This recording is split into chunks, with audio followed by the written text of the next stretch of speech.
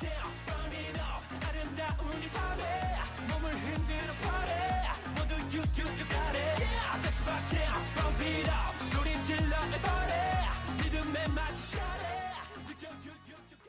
everyone, welcome to another episode of Wonderful Beauty. So for this episode, to continue our journey for looking through all the second gen groups, maybe not all of them, most of the bigger name ones has contributed to the Hallyu Wave and all that fun stuff. This episode, we're gonna do Girls' Generation. Woo! Woo! Any experience or exposures to Girls' Generation? I know about the Jessica scandal. I, of course, know the basics that because of the bright colored pants and why those sold out. I also know that thanks to these girls is why we have photo cards. You see this?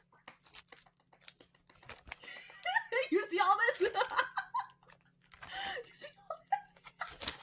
This is all y'all's fault. And guys, this is just Monster X.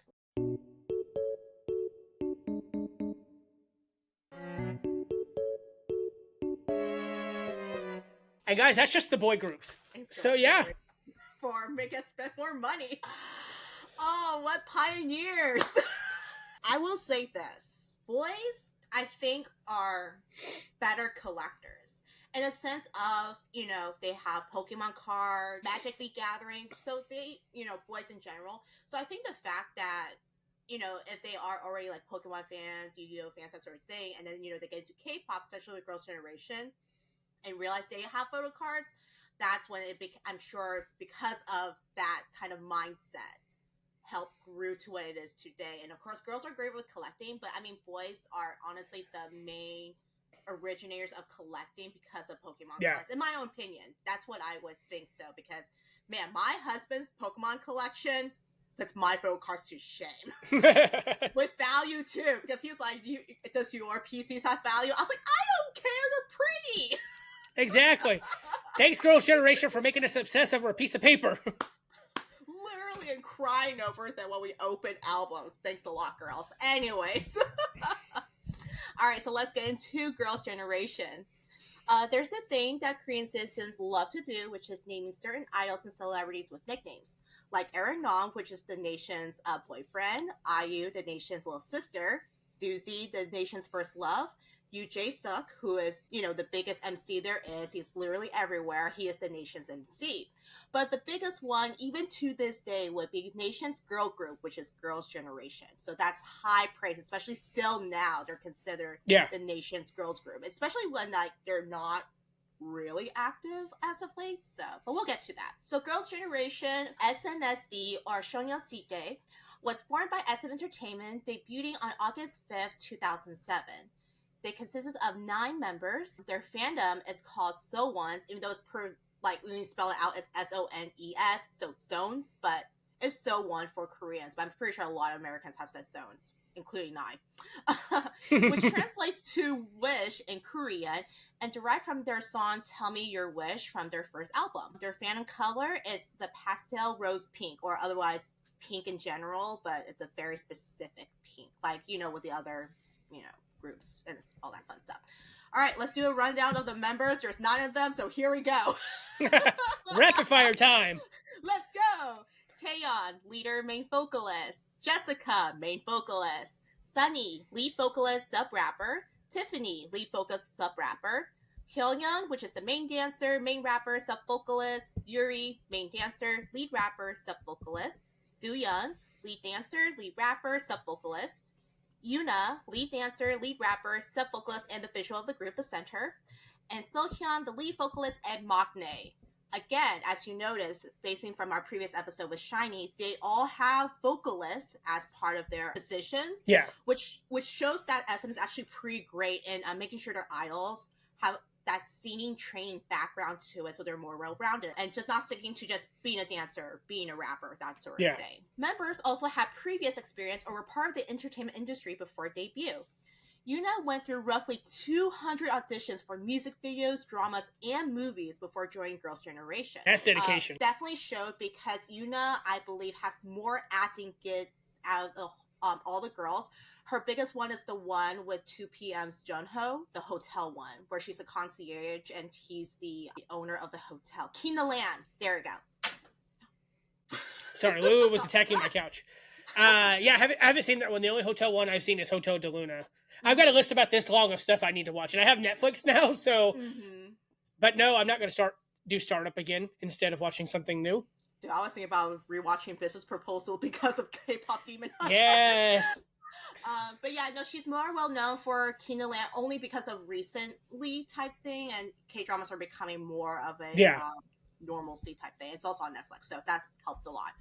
Soo-yeon was in the Japanese music scene as a member of Route Zero, a duo group, but disbanded 1 year after debut in 2002. Lack of funding, lack of popularity. Yeah. The first member to join SM's training system was Jessica in the year 2000, after being scouted at a mall while her and her sister Crystal was there for family vacation. I did mention Crystal only because she was in SHINee's Juliet music video, and later she became a member of FX, which we'll do. Okay. As well, the Jun sisters, as they are affectionately called. Soo-yeon and Hyo-yeon were casted by the 2000 SM Open Audition, Yuri at the 2001 SM Best Dancer competition, Yuna at the 2002 SM Saturday Open casting audition, and So-hyun scouted in a subway by an SM employee. But she did later audition in 2003 and sing children's songs because, mind you, she was only 12 at that time.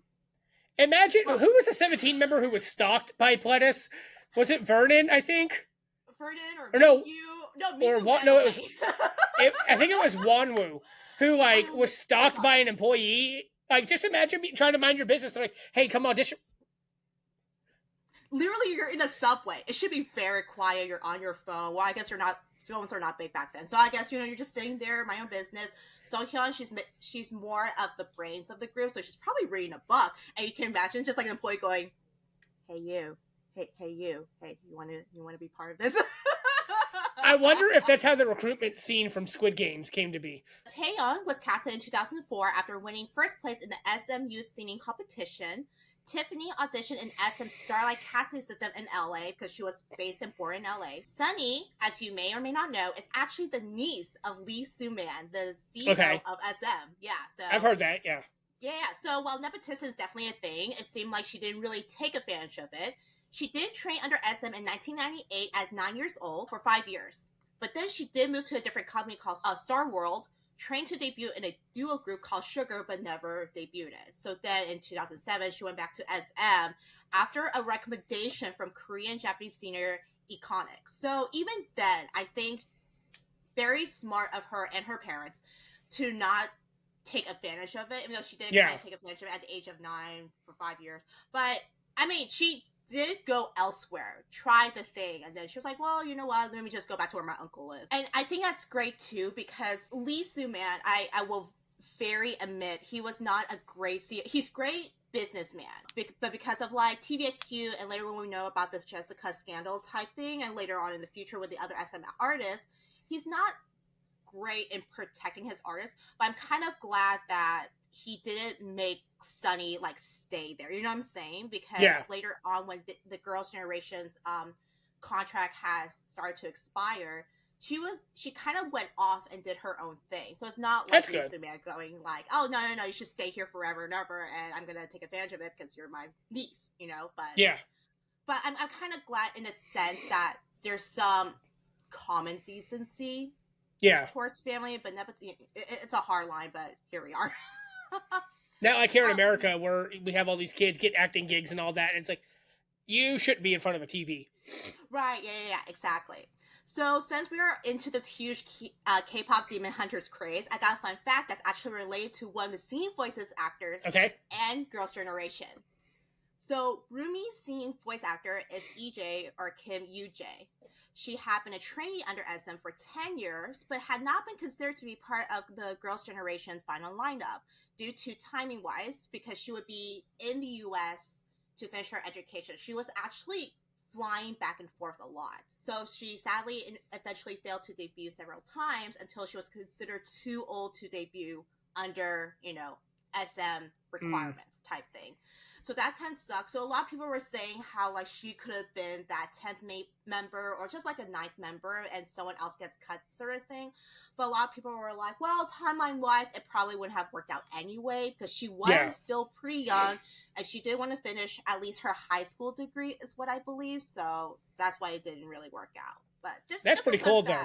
Yeah, it was just a fun fact that did pop up because I did remember her being a trainee, but again, the timeline just didn't work out for her to be in Girls' Generation. That kind of shows how star-studded this cast is, because you have her, you have Kevin Wu from UKISS. Hyusup, not only is he an actor, but he actually trained with GOT7. He was supposed to debut with GOT7, which is wild because he wasn't the singing voice of Jinu. He's just the speaking voice. But if you go look on YouTube, he actually released a cover of Free, and he's actually very vocally gifted. Into the New World is the debut single for Girls' Generation, originally written in 2002 and composed by Kenzie with lyrics by Kim Jung-bae. Hyeoyoung also revealed that the choreography of the song went as far back as 1 year before debut. So they've been like working on it, tinkering on it, and everything. While the feedback to the song was met with moderate success, many music critics view the song as a symbolic piece embodying unity and an anthem associated with protest culture in South Korea, because they did use it a lot when Korea was going through all that presidential stuff. I remember, I believe that I've seen, like, if you watch, like, K-pop songs you should know, blah, blah, blah, they always say that this is, like, the nation's anthem, or it's South Korea's song. During the promos, the song won Girls' Generation Rookie of the Month for August on the Cyworld Digital Music Awards, and they won first place on M Countdown on October 11th, which is 67 days after debut, which is considered pretty fast. I think when I was doing research, I was trying to see who was like the quickest or fastest group to debut and then win their first music show trophy type thing. Yeah.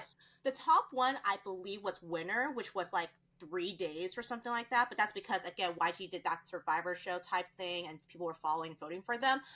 Girls' Generation was like, I think number 14 or something like that, which is pretty good compared to other stuff. And I think they were like one of the few second gen groups to be. Well, think about how hard that would have been during second gen, because we don't have like, I could just go on Mnet Plus and vote for the Boys Planet kids, guys.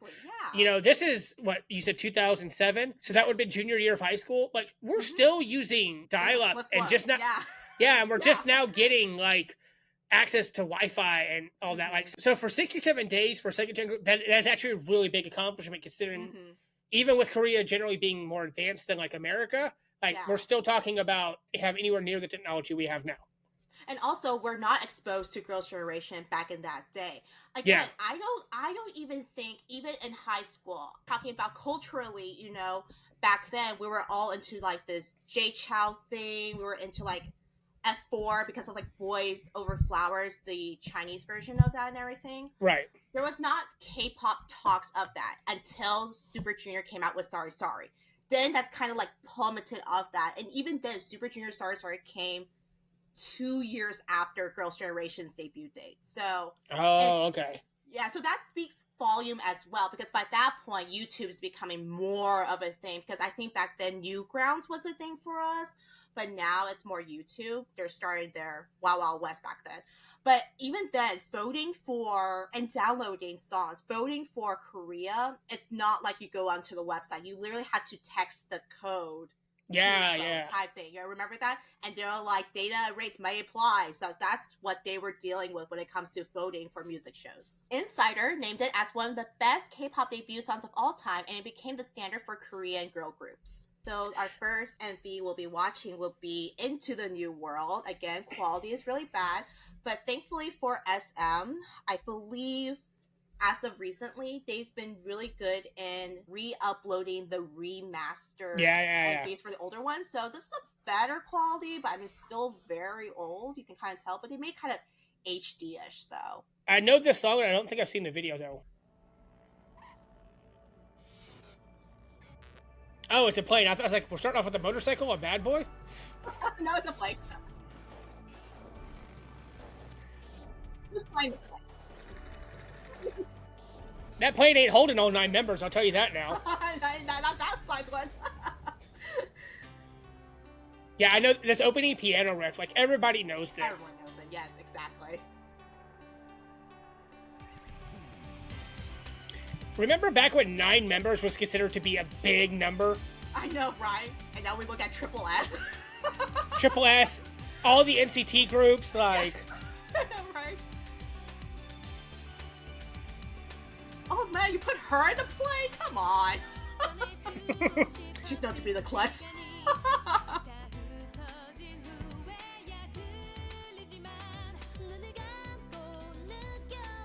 Yeah, I feel like this is like in the top 10 songs, and if you don't know this song, you're not a K-pop stan. You're a Blink, you're an ARMY, you know. Do a little bit of like history to it type thing. What I also like about this song is that it's pretty much the oh, I think of the word. It's the like the blueprint of what first gen girl group songs is like, because it's very essence of like what SES was putting out and everything. So okay, for them to kind of be the start of the second gen group to kind of bring that sound over, it's like a good connection to it, because they haven't like really, you know, tried to get out that genre of trying out different music genres. Well, and again, being the leaders of second gen, you really didn't have a lot of room to experiment. Yeah, exactly. Because at that point, you were literally becoming the first mainstream generation. Mm-hmm. Yeah. I will say, since this is so long ago, I don't recognize a single member. You know, it's really hard too, because I'm over here like, since so that's still young. And I was like, who is she? And I was like, oh wait, I can kind of see her when she smiles. Like, I haven't even recognized Taeyeon yet. Oh no, I'll point her out. Don't you worry, I'll point her out. But I also know that SM is also infamous for making their idols go under the knife. Mm-hmm. That is true.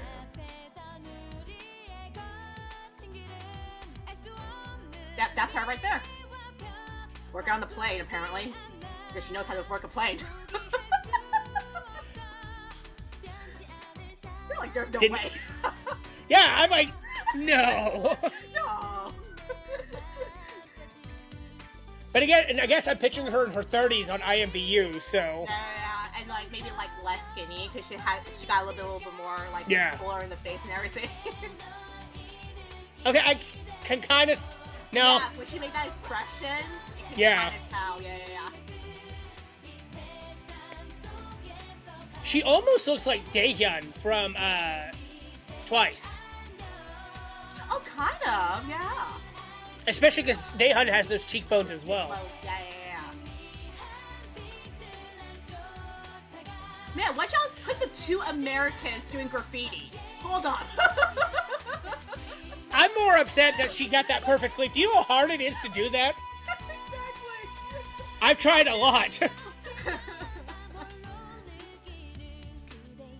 But I guess it would make sense, because I would say that I think women age more as they get older. Not like get older, but their facial features change a lot more. Whereas I feel like once a guy hits about 17 years old, outside of facial hairs and wrinkles, it's pretty much the same. Like outside of maybe like Changmin, because I literally thought he was a brand new person when we were looking at OT2. But like, look at 17, look at Monster X. They all almost look exactly the same. Yeah, that is very true.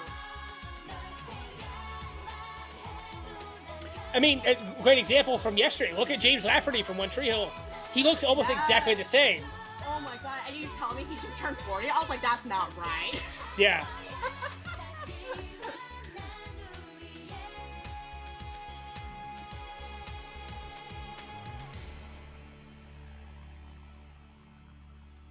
Y'all really made the leader of the girl group fly a plane. Y'all crazy.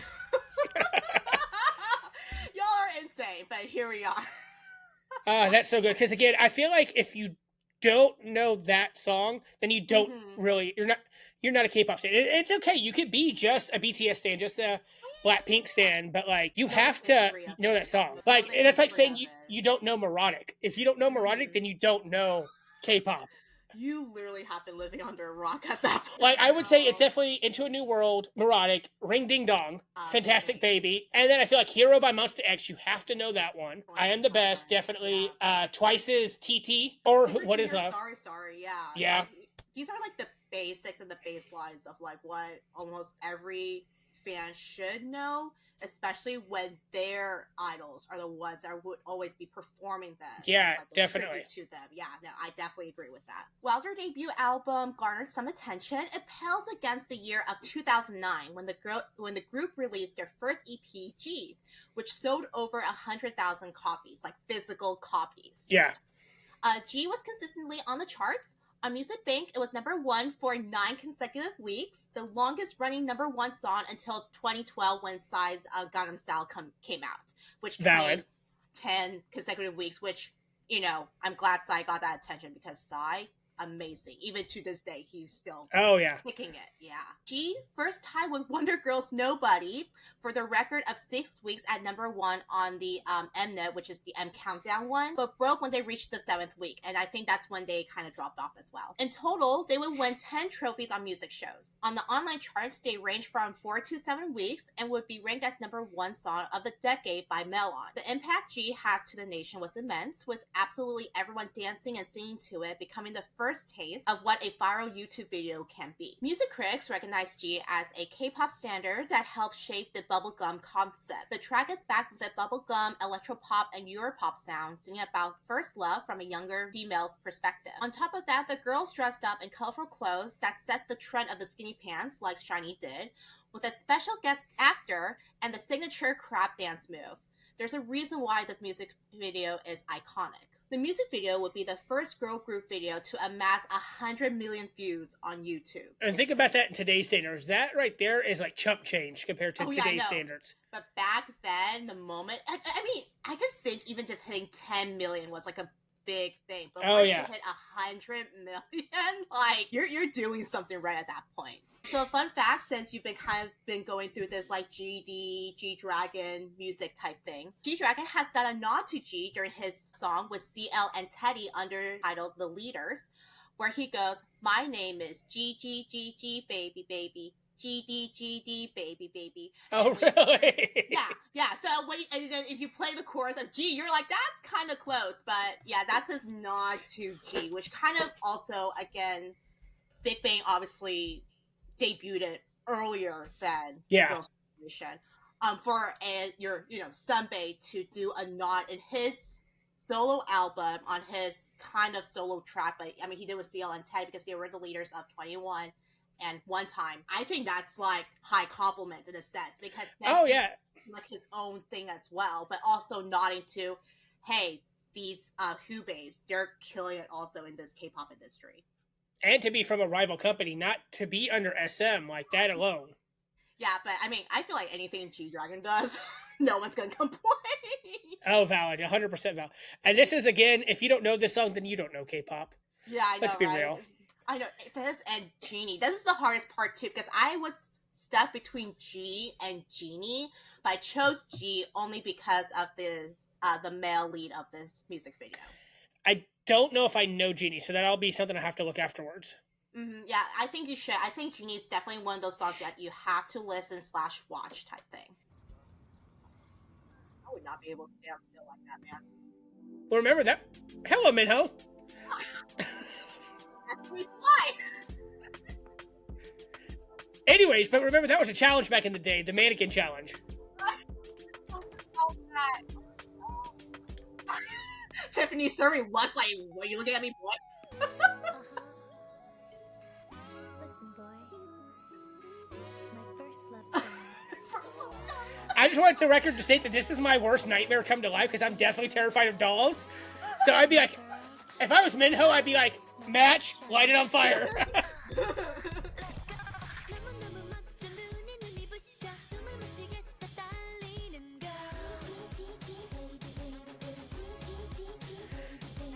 You want to talk about earworms? This is it right here. But yeah, this is probably like one of those concepts you, of course, wouldn't like because they're all cutesy the whole time. They're doing their aegyo. So actually, that's something I was gonna say. Like, this is so masterful at being bubblegum that I actually don't hate it because it doesn't rely on the high pitched voices, the overly cutesiness. This is just like good, you know. Yeah. And I think what also helps too is that, well, if you're comparing between girl groups and boy groups or just boys in general, when they try and be cute, they have to force their voices to go high Yeah. pitch. Girls, they're just naturally high pitch. Well, and then So they're not it's having to more- rely. Yeah, and they're not having to rely on like the school concept because like Astro's debut, they were all schoolboys, Yeah. and so that gets a little weird when you reach a certain age. But I don't want to be a pedophile young. But I also want to say everybody knows the choreography to the no part. I know, right? Again, those skinny, colorful pants. Remember when everyone was fighting over it? I remember because I remember seeing a video that like in Korea people would literally get into fist fights over trying to get them. And now we're fighting over Labubus. Y'all, we nothing. How far we come? I just got little Kubo over here. He's my only pop mark. Like everybody knows that. I know, right? Also, isn't this a song that a lot of third generation groups dress up in drag to do? Yeah. Yep. This and the we're not doing an episode of Kara. But Kara also pretty much has the colorful pants as well. But they have the one where it's like 17, where they have the overall suspenders? strap. Yeah, the suspenders type thing. They have that, but they'll have it hanging and they'll just shake their butts. A lot of boy groups have covered that as well. Okay. Imagine having to do choreography and not only skinny jeans but in heels as well. Oh yeah, I know, right? And they're wearing like, look at those heels, they're thin. They're not Yeah, like those are not kitten heels. heels. Mm-mm.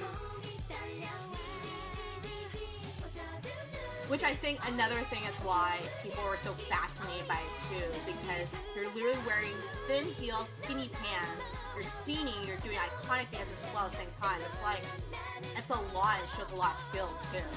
Oh yeah, it shows their professionalism. And being in sync too, like, I swear if you screenshot every single thing, they might be in the same angle at the whole time, especially with their legs too, because it's like so accentuated with the heels. Oh my god, Minho, you lost them all! You're fired!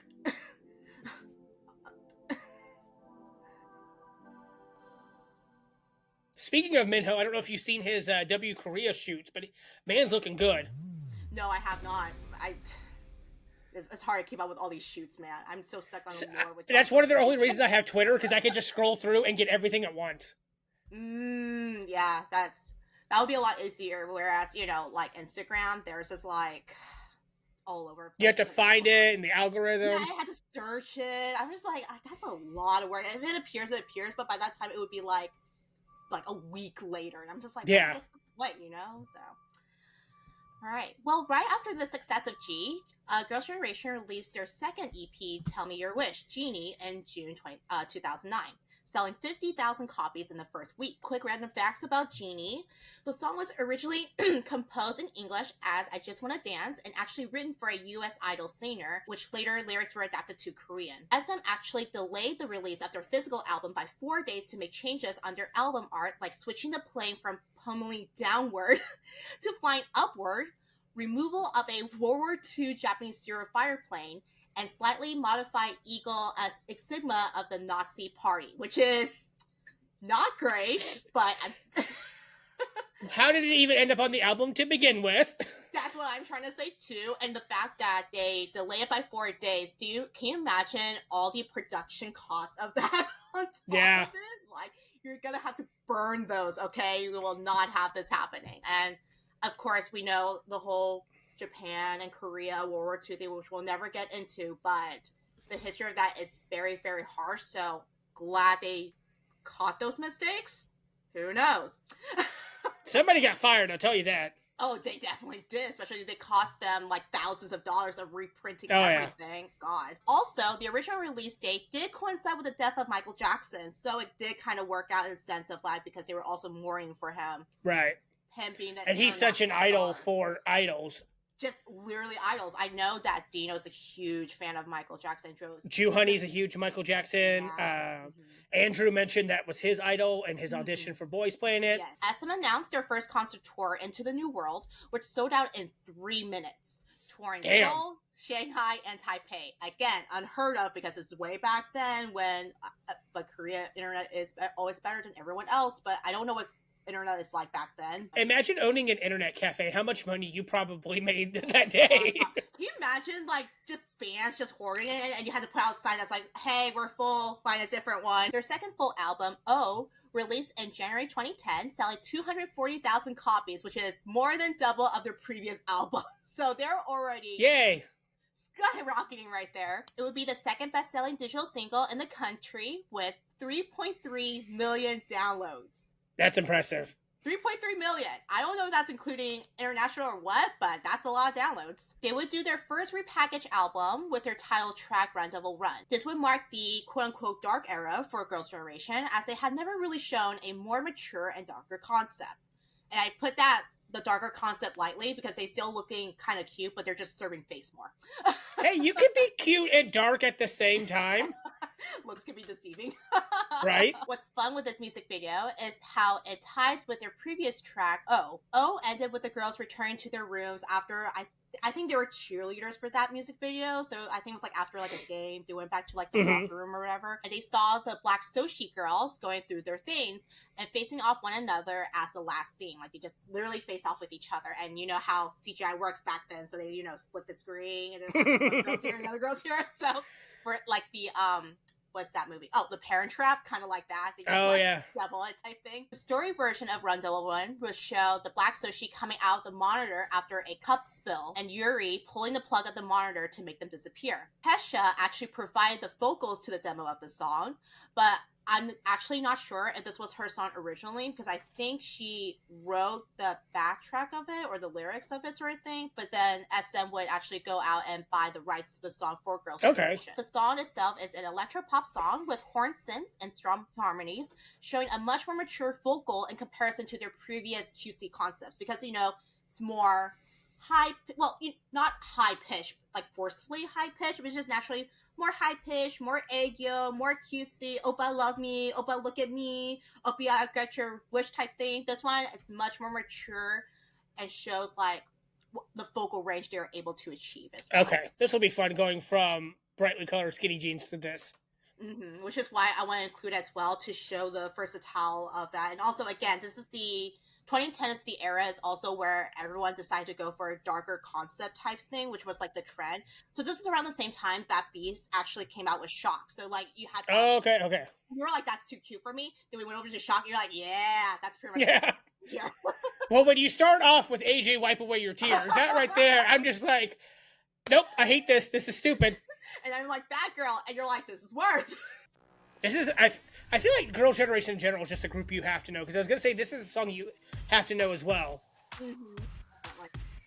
Which Red Velvet actually just performed this on SM Town. I know, and I cried. I cried.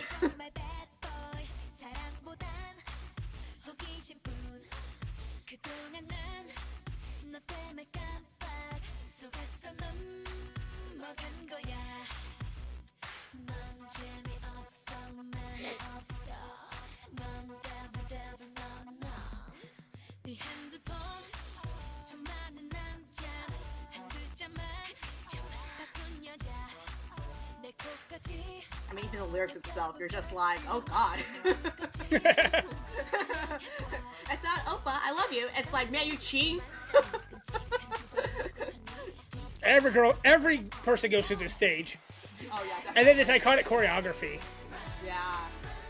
That's one thing I do like about Girls' Generation is their choreography is so simple. Just in heels. Oh yeah, no, right? It's still in heels, yeah. See, now I can recognize Taeyeon. I recognize that voice instantly. Visually, I'm still kind of like almost there, but that voice right there alone. Yeah, it's always her voice that shines.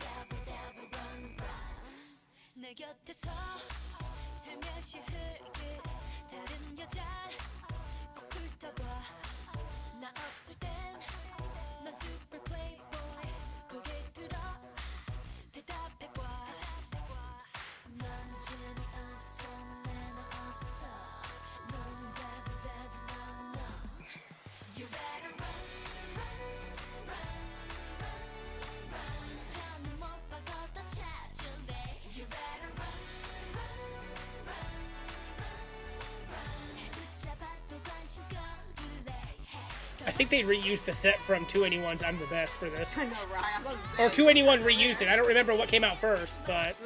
When we do 21, we'll all figure it out. But I also like how during this concept, they all literally have black hair, except for Jessica. But to make up for that, they put black strands of hair in her. Right.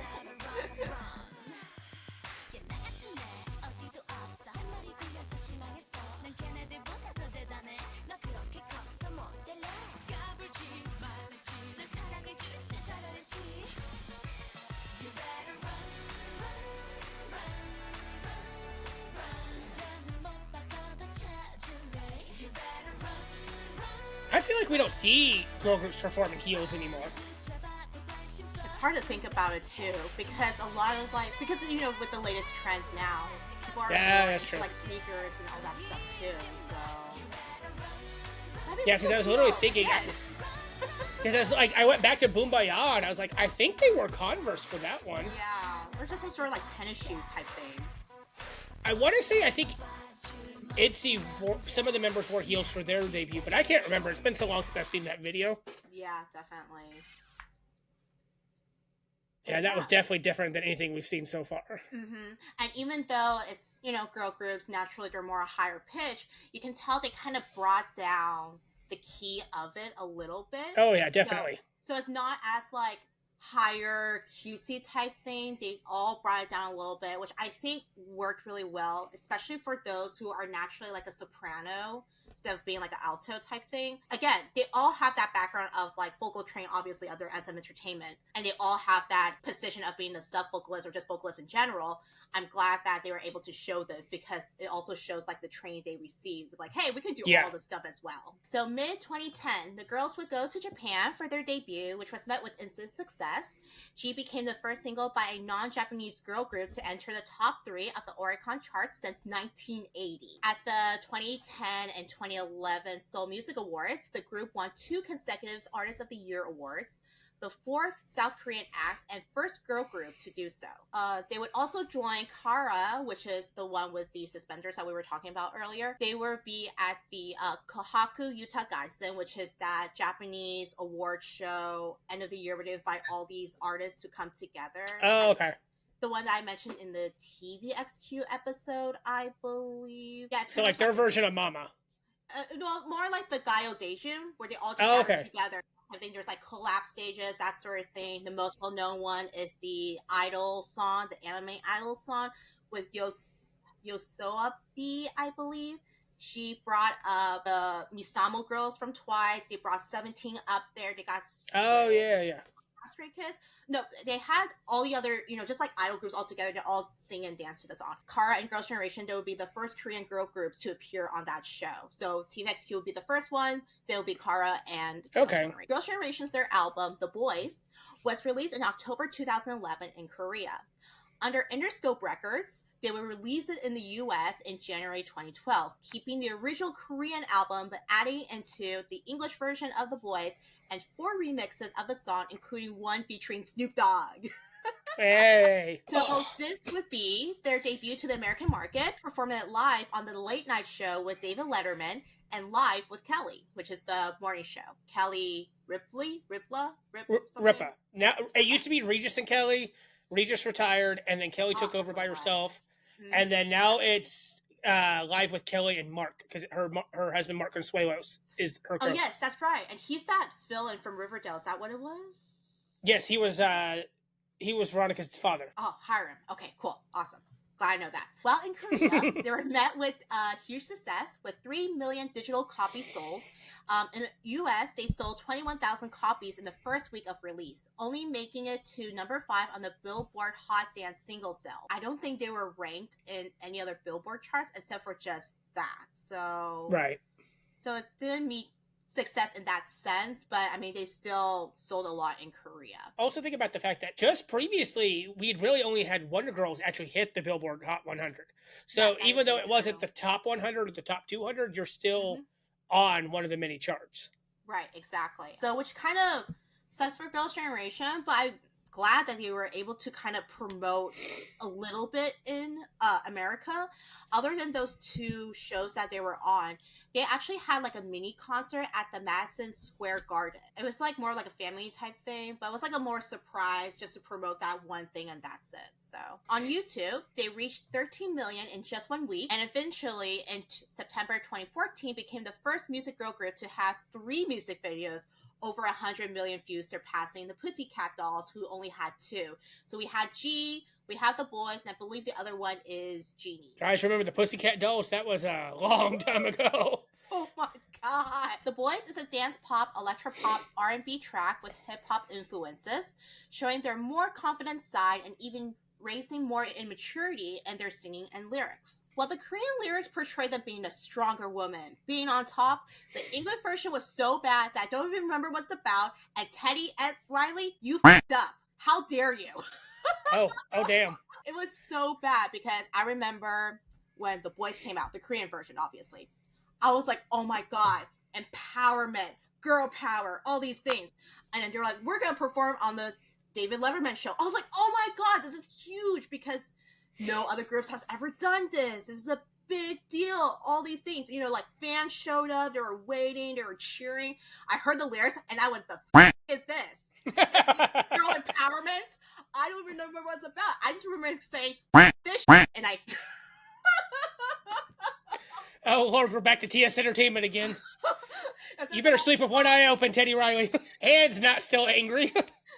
15 years bitter. later. I'm not bitter. Here we are in the heels again. I know, literally. In sand, nonetheless. In sand, right? And she's walking around flawlessly. What a queen. Oh, that's Yuta. Okay, cool. The actress. I like how there's like sand in the air, but her hair's not moving. I know, literally.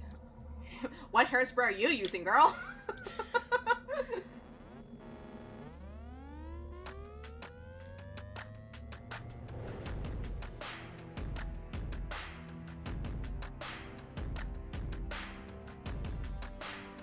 This sounds like the beat to a BAP song.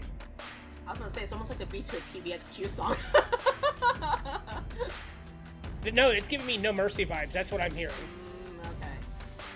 I'm thinking like keeping your head down, TVXQ. Yeah, that one too. Because that one I said sounded like, I think Power in the last one. Yeah. I forgot what their actual concept of it is. Okay, Jessica, you princess. Anyways, I forgot what the actual concept of it is, but I think they were supposed to represent like the different goddesses in Greek mythology. Oh, okay.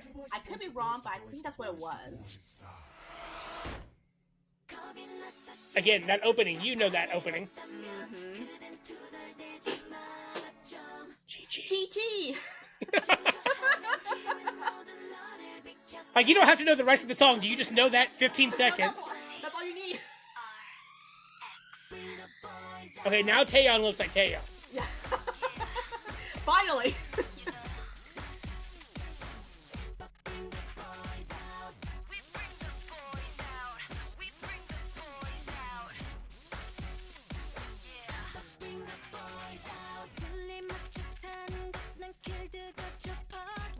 Remember the ombre hair back in the day? Mm-hmm. That was such a thing. Literally like 3 members in this group had that too. Right? That was the trend back then. Oh, that look for her is so iconic with that red hood. Well, and then that hairstyle was so common during this era. I feel like there was one member of every girl group that had the short bob. At the very least.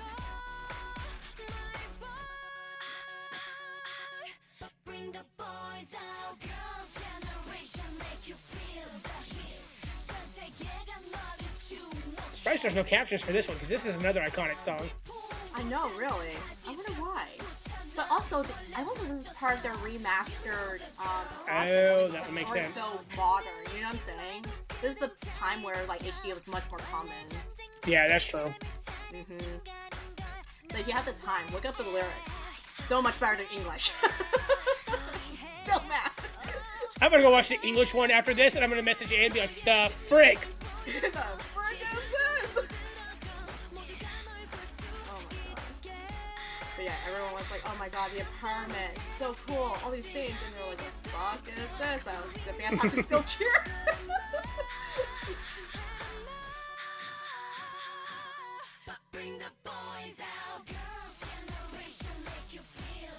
It is interesting that, like, until the last two songs, Taeyeon's vocals didn't stand out.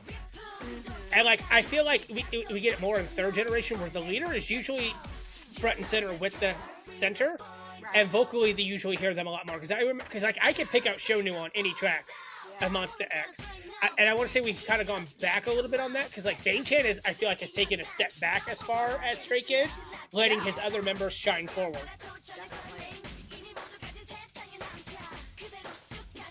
And what's really cool with Girls' Generation is that their voices are all, like, distinct too.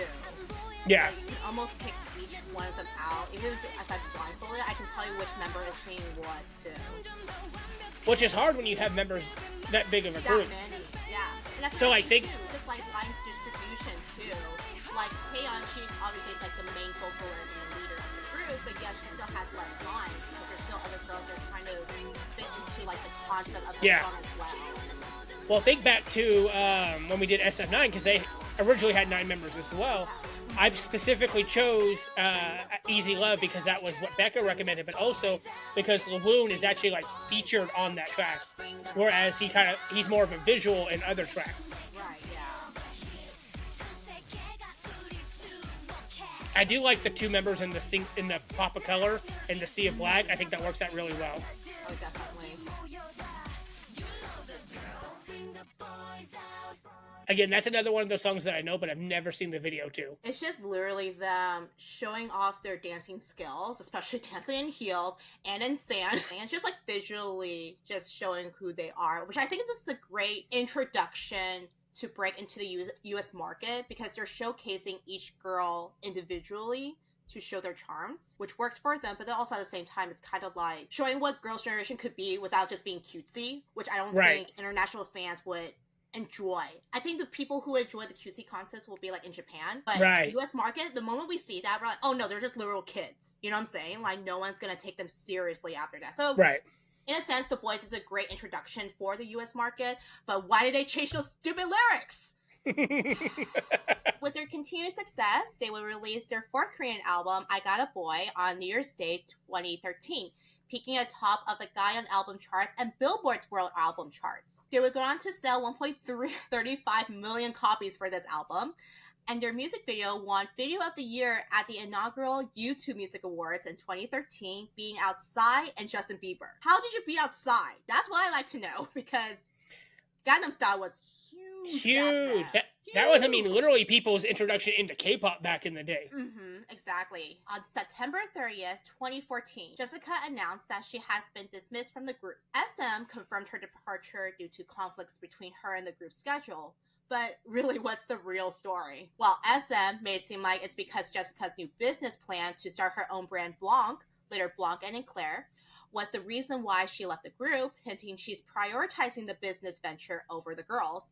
Jessica said otherwise. She took it to Weibo, which is pretty much the Chinese version of Facebook type thing, but because Facebook has banned in China and all that fun stuff, gave out a whole timeline type thing. She wrote like literally like 8 paragraphs of stuff. It was crazy. But I'll give you the gist of it. She stated that Girls' Generation has always been her main priority over her private life and business activities, but SM asked her to leave the group. She always made sure SM was informed with all her business dealings and even received permission from the company to continue her company. Blanc was then launched in August, but by September, they would have a quote-unquote change of heart. At a meeting with with the other girls, it was decided that she would either continue her business or turn her back on the girls and leave the group. Jessica also stated that her business never interfered with the Girls' Generation activities, which is true because Jessica still were there for all the Japan tours, all the album drops, all the single drops, concerts, anything like SM Town related stuff. She was still always present. It's not like she said, hey, I'm gonna take a quick 2-day break for a meeting type thing. She was always there.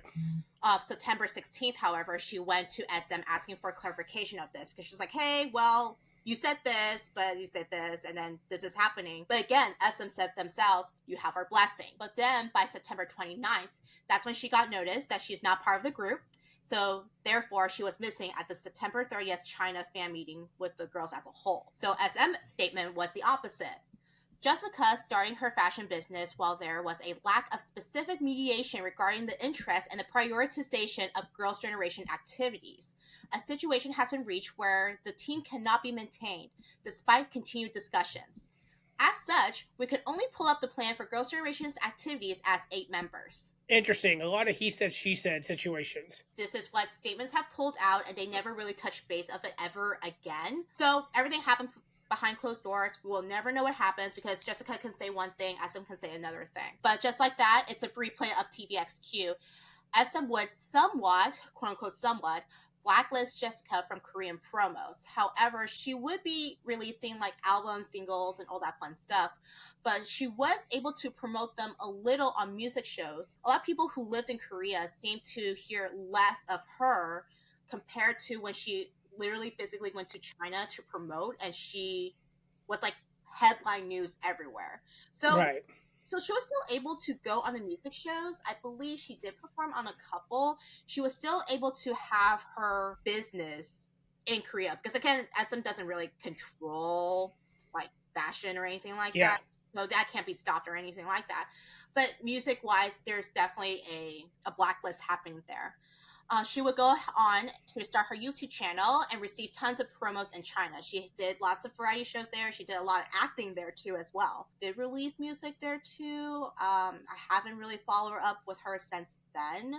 I did hear her business, not went out of business, but there was some sort of scandal type thing, but I don't know if that's like her position as a CEO or it's like, subordinates type thing. Well, and I know that this scandal is still talked about to this day. Jessica released a book. But not like a tell-all book. She made it very clever in making a book about like this character. Like she made a story out of it, and people are reading so into it. They're like, "Oh, this character is definitely Tiffany. Oh, this character definitely Taeyeon," because there's that rumor allegedly that Taeyeon, Tiffany, and someone else bullies Jessica a lot, type thing.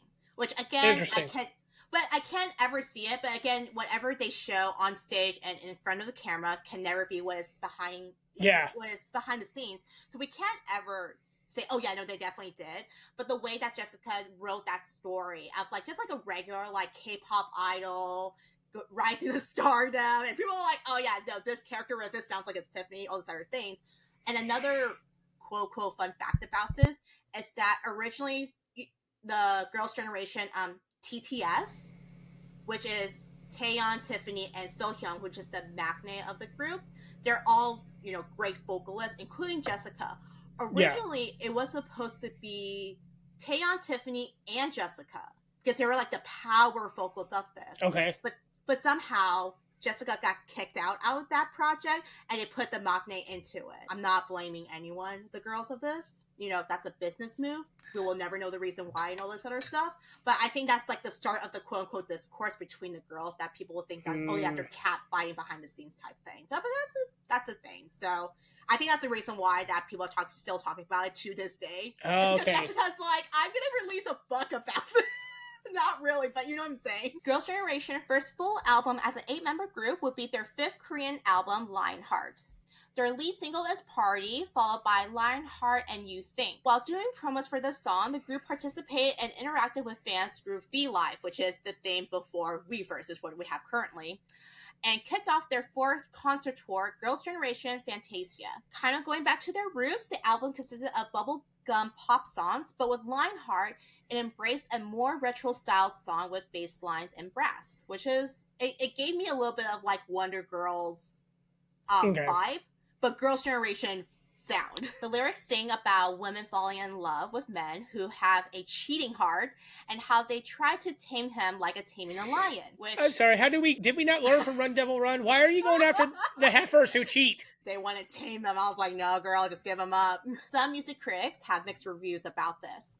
Some are saying this is to squash all suspicions that Girls' Generation will decline after the departure of Jessica, which is, again, what I mentioned before, is the power vocalist of the group, and the album being a bit more scatterbrained because they weren't just kind of sticking to one concept. Because, like, if you compare Lionheart to Party, it's like so different. So they're like, why are they Okay. grabbing all these random songs into one album? It's not cohesive type of thing. On the other hand, it's a promising start, able to break into different subgenres and musical styles to explore and grow, which I definitely agree with that. That's why I didn't put Party, because I feel like Party is more like that's their signature sound. Whereas Lionheart, again, they're diving into this like 1960s vibe, so Girls' Generation retro style type thing, but it's their own color to it. Interesting. I think I know this one, and I don't particularly care for it. We'll see. Remember when pizza used to do that? I know, right? It was so good. Yeah, I don't like this song. Yeah, I just from that clip, I remember. No. I remember already. Yeah, but again, it shows how iconic every video and song Girls' Generation is. Just in one note, you already know. That's, Yeah. yeah.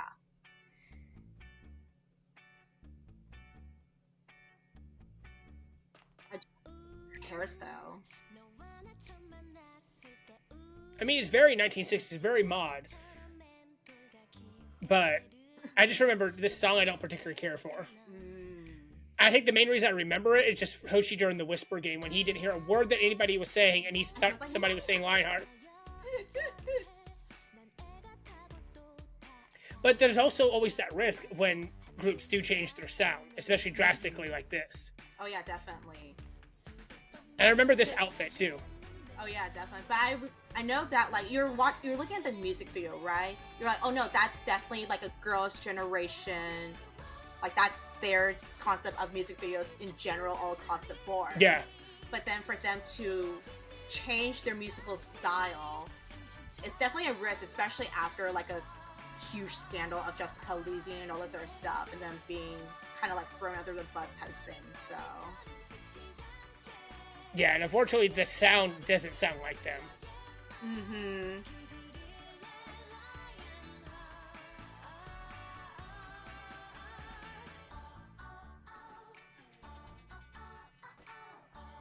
No man would ever do that for me. He'll like literally body slam me for a thigh. Right?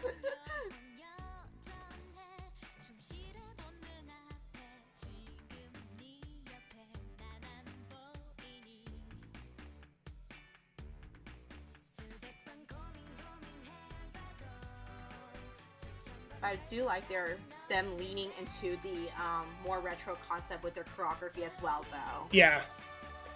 Especially I with the feel like this retro. is another situation of like Jump by Blackpink where what the hell is that? Sorry. I was expecting that choreography. Where like Yeah, if I this had been remember that back in the day. no, yeah, no. If this had been a different group, I feel like maybe it would have worked better. Yeah. Because again, at this point, you have an established sound. Yes, you change from bubblegum to the darker concept and all, but like, it's the same thing. Again, I don't mean to lean on Blackpink so much, but Pink Venom was a vast change from what we knew from Blackpink. True. Yeah. And I think Jump goes back to it a little bit, but you take a risk, especially after a big scandal, Right. to change your sound. Like, look at it when Wonder Girls kept losing members, not due to scandals, and that they still kept a retro pop sound. Yeah. It wasn't to their American releases that they changed up a bit. So I just feel like because I have an established Girls' Generation sound in my head, Right. that's why it's conflicting with what I know, and that's why I'm just like I don't like this. Mm-hmm. It's a beautiful video. Taeyeon is amazing, but clearly Taeyeon's the only member that I actually know in the group. If anybody can't tell, I literally told the SF. Until the SF9 video, guys, I didn't know all the members of SF9, and I've been a fantasy for years. So I don't do well with big groups. The fact that I know all of 17 is just by chance. I know, really. The moment I knew everyone from Super Junior, I was like, I'm done. That's it.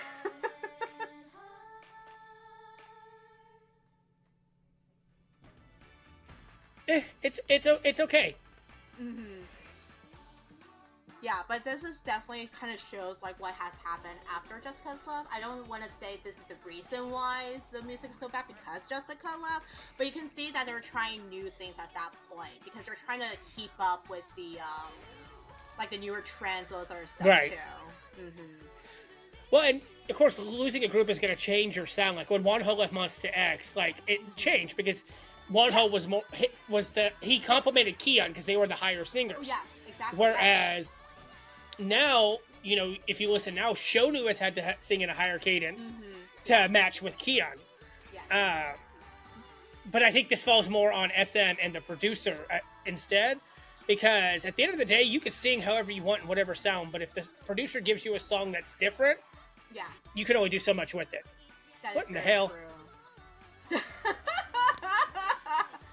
I think that's them getting revenge. Oh my god!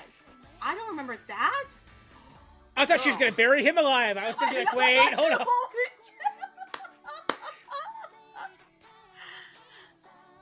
Hey, yo, why is he all there with all the hey girls?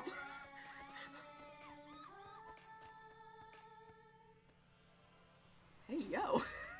So now we have reached the territory where the group has gone to an indefinite hiatus. In October 2017, Tiffany, Sooyeon, and Sohyun left SM on the condition that the group still remains together, which is SM saying, hey, we don't have to renew the contract, all this other fun stuff, but if Girls' Generation has to come back together, y'all need to come back here.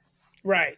Which did work out. However, the girls individually would start their own solo careers, ranging from solo albums, acting, DJing, and much more. For sure, Yuna started focusing more on acting, so did Sohyun.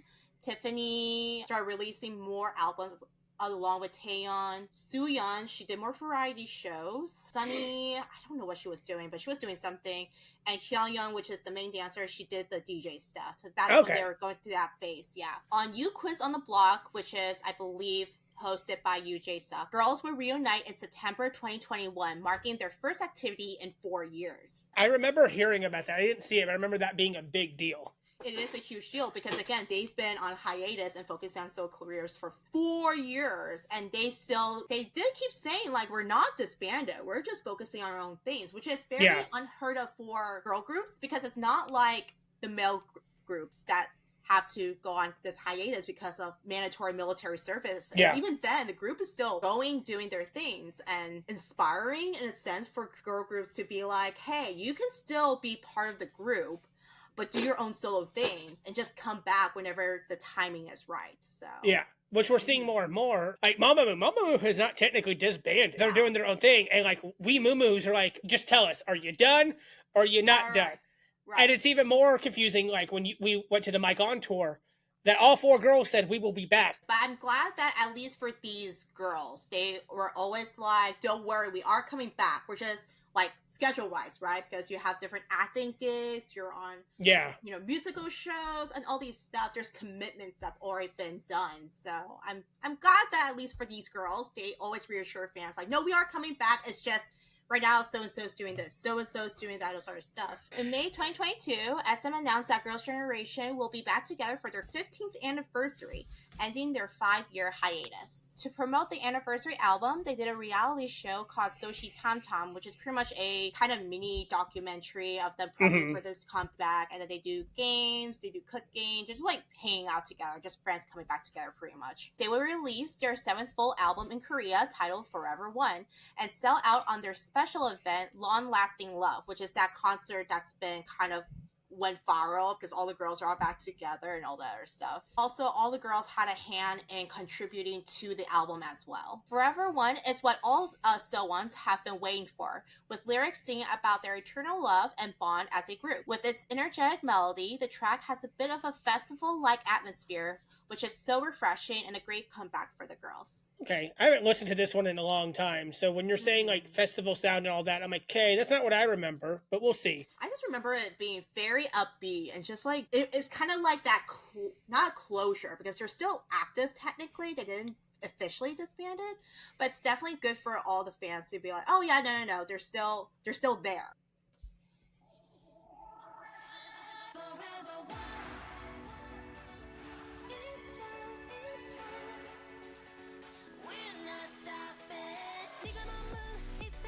See, now I feel like Taeyeon has a very established vocal sound now. Especially when she's been doing her like solo stuff during that Yeah. hiatus too.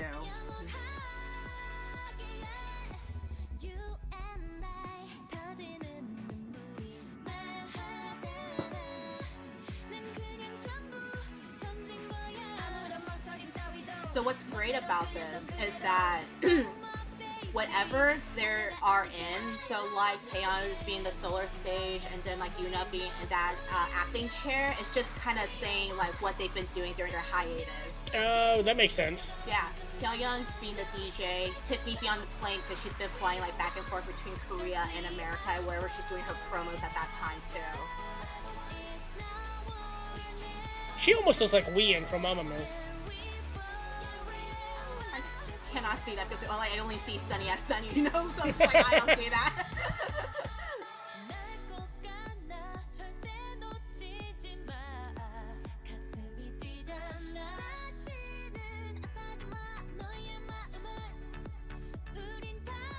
I think it's the eyes. That's what it is. Okay.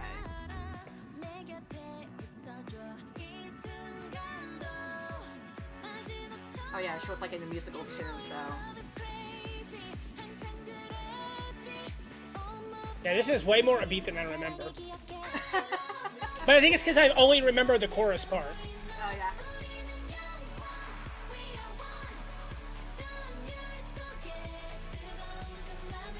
I also like how their outfits for this scene is like colorful, so it's kind of like a nod back to Matching like, to G. Yeah. Yeah, I was thinking the same thing. And the ones when they're in their shorts with like the sailor striped tops type Mhm. thing, it's a nod to Genie. Oh, okay. Yeah. So when you watch the Genie music video, you'll notice that as well.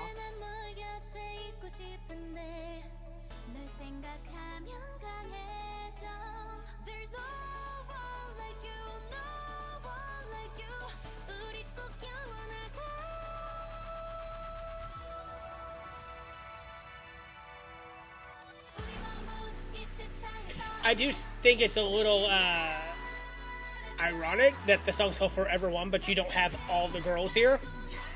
Yeah. So I couldn't imagine being a Jessica stan and this song coming out and being like, no, you're not all, like, you're Yeah. missing somebody. Yeah, definitely. Because I've been, if you watch my eyes, I've been trying to count the members. Yeah, I know, right? You're like, she's in there like a, like a cameo.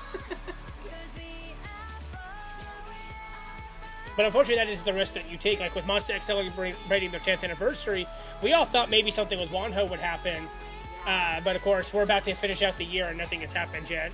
Yeah, I know. I was gonna say, can you imagine, like, if, say, somehow Monster X decide to come up with a song that's similar to this, and then it's like, well, what about Wonho? It's like, And me being a Monsta X old, I would have the same feelings. Like, yeah, no, you're not complete without Wonho.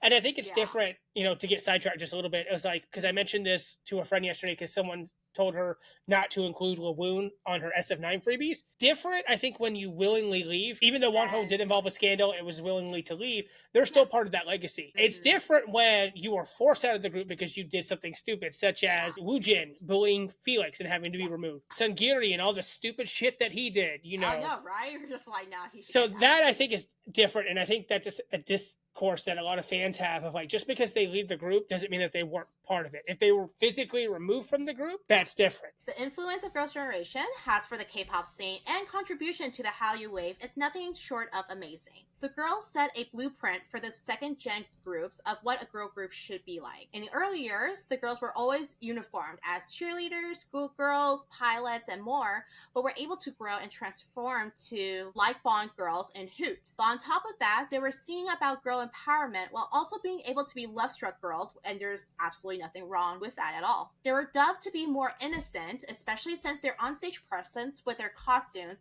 were always youthful and colorful.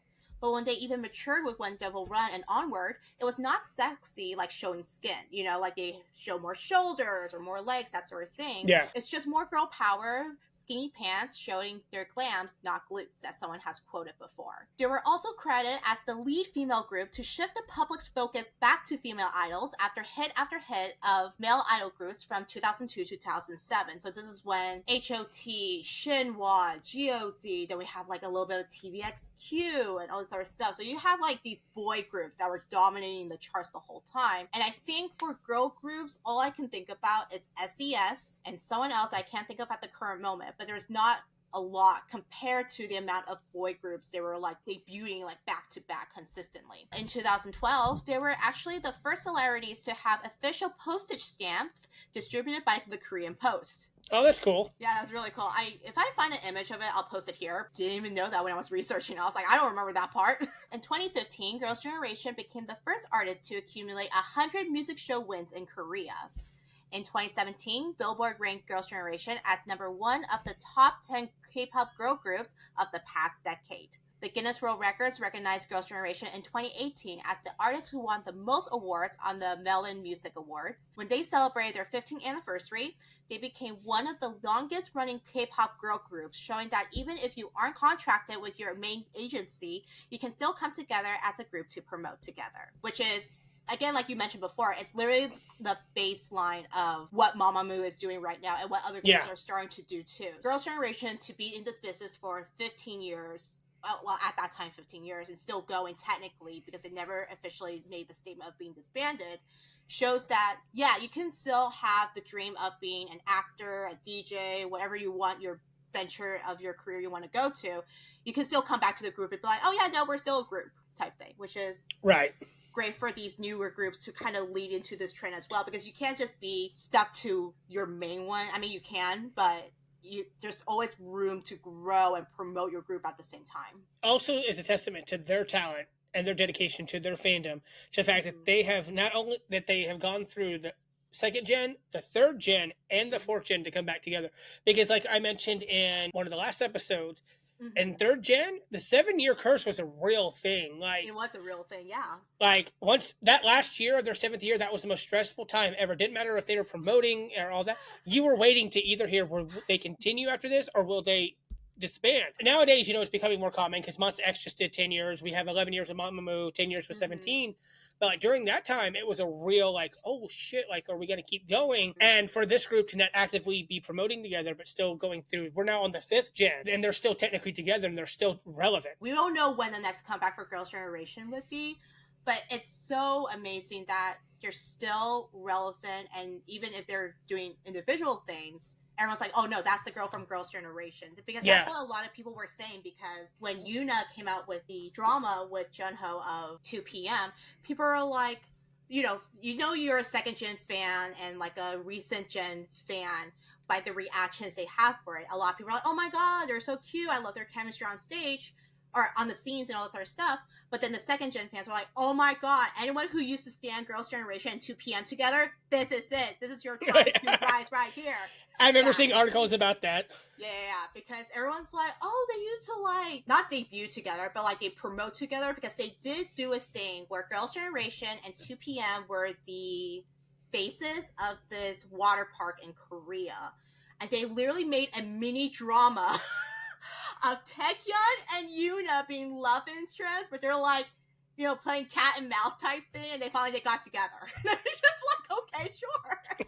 How's this promoting the water park? They're just lifeguards. Great thing about Girls' Generation and their contribution to the Hallyu Wave is, so back then, the internet's much more accessible now with all these different websites, especially with social media like Facebook, Instagram, if people still use Tumblr, sure, Twitter, all these sort of things. We had fan sites back then, especially international fan sites. The most well-known fan site for Girls' Generation was called Socified, and they were like one of the biggest ones. It doesn't matter what they do or whatever is happening for events wise, especially when they come to America for like Essen Town, all this sort of stuff. They're always right there. And they were like one of the first few fan sites to start providing subtitles for fans. Okay. Obviously, we have come a long way. YouTube and AI generated stuff, they can automatically translate things and everything. Back then, it's just literally one person watching a whole episode of whatever it is and it'll timestamp, and they will code in every translation into that. That's a lot of work. And then Soshi-Fi was great in like coming up with a team together. And one of the head translators for that fan site, her name is Soy. Well, her username was Soy. She was very famous, very well known. Anytime there's a new fan site that's opening up, they always sought out for Soy because she's the one that kind of pioneered this sort of thing. And she actually popped up on my TikTok For You page, which is crazy because I haven't even thought about her years and years and years. And she popped up. She was on a podcast show. And they were like, you were like famous back then. And she's like, oh yeah, I was like a translator for Soshi-Fi and all these other fan sites, those other things. It was just like a one-man job. I was doing all this stuff. And we got recognized by SM Entertainment. How cool is it when a big company like SM was able to recognize an international fan site where they don't think much of it, you know? Because they're just fans, whatever. They were doing this vendor thing, I think, for SM Town related stuff. An employee literally walked up to that table and was like, hey, we know who you are. We appreciate what you are doing. Like that. That's great. That's very sweet. So Soy said that was like the big moment for her quote unquote career as a fan site employee, even though you don't get paid for it. They do receive like donations for like gifts for the girls, that sort of thing. I was very lucky enough to be part of that project. I think it's like one of their anniversary projects or something like that. I was able to make they're doing all these stuff where they give them, I think, like specific handbags for each girls. And they were giving perfumes for the girls. There is a huge list of gifts. You're right. Things that they were going to give to these girls. And they were able to accumulate so much donations within like a week. They were also going to do like this special like Monopoly board game and like change it to like Girls' Generation. So like each space would be like an album or a song or something like that. And they were like, okay, well, we got this. We're going to hand make the cards, like the community chests and the chance cards. And they're like, well, what are we going to do for the tokens? And that's when they reached out to me. They're like, hey, can you make all the girls in their hoot area? That's cool. And that will be the tokens for that. I found the photo of it, so I'll post it somewhere around here. It was really sweet. It was really cool. The girls never showed it, which is fine, because I'm sure they received gifts all day, every day. But it was just really cool to be part of that project. So Anne's little famous moment right there. So many famous moments. But that was like I guess one of the biggest moments of my life when it comes to like being part of this like K-pop fandom type thing. Well, right, we're 2 years away from their 20th anniversary, so surely we'll get something for that. Yeah, hopefully. Maybe like they don't have to do a world tour, but I mean, just like maybe another album or something. But yeah, that is the Girls' Generation episode. We have done it. Another one down. So many more to go. So many more to go. I know, we're just literally kind of scraping the surface, but we're also getting to where all these groups are now contributing more to the Hallyu Wave and how they're meeting more international success that's outside of the Asian countries. All right, I hope y'all enjoyed this episode of Girls' Generation. Look forward to all the other groups and all that fun stuff. But yeah, TJ, go watch Genie. It's very iconic. I will. I'll add that to my list. If you like this episode, please like, subscribe, all that fun stuff. If you have a favorite Girls' Generation song, let us know, especially if there's any B-sides y'all like, because I actually know, I think this is the one of the few groups where I don't know the B-sides as well as their title tracks, which is kind of sad because I know some of their B-sides are pretty good, but I didn't dive in as much as I did back then. So, all right, we will see y'all in the next episode. Bye. Let's